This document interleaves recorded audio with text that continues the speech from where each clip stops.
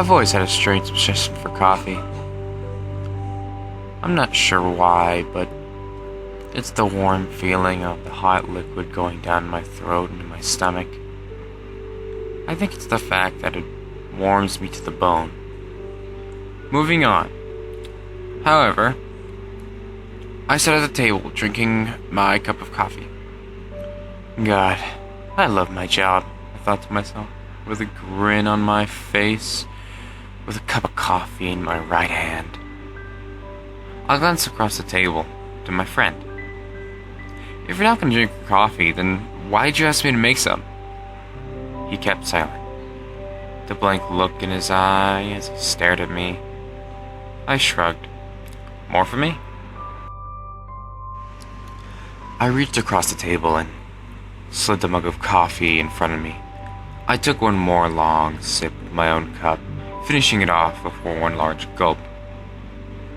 I returned to the paper in front of me, sketching a few things while moving on to the cup I had taken from him. I yawned deeply into my sleeve, pausing my writing for only that. I frowned when I looked back up to my friend. David was his name, from what I recall.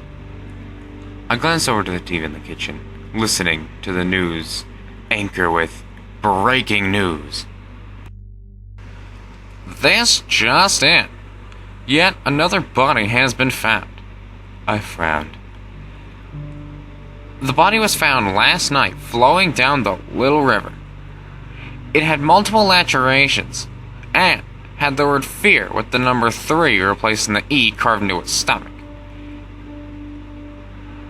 Police are yet to let out any further information. This has been Action News reporting to you live.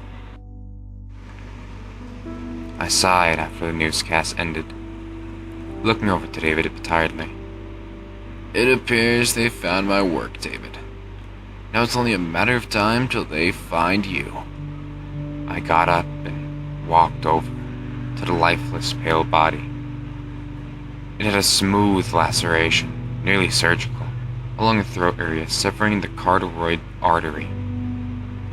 I peeled his shirt off his body, while sliding out a butcher knife from one of the nearby drawers.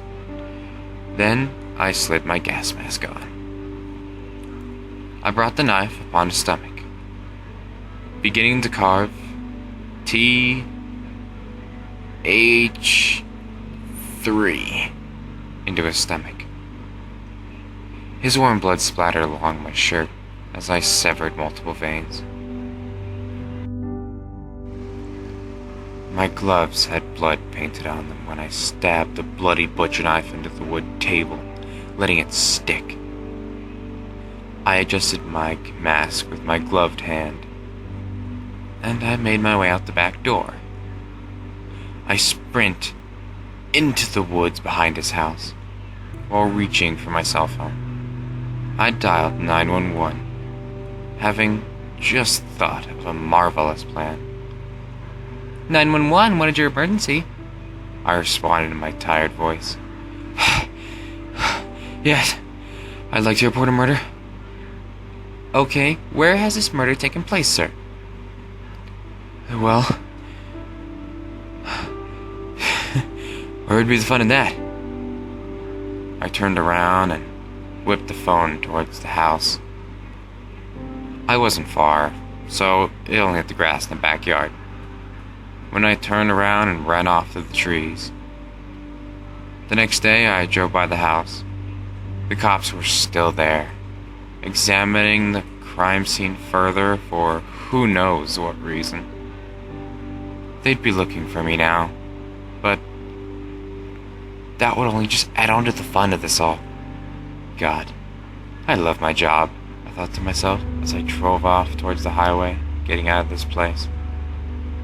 For now.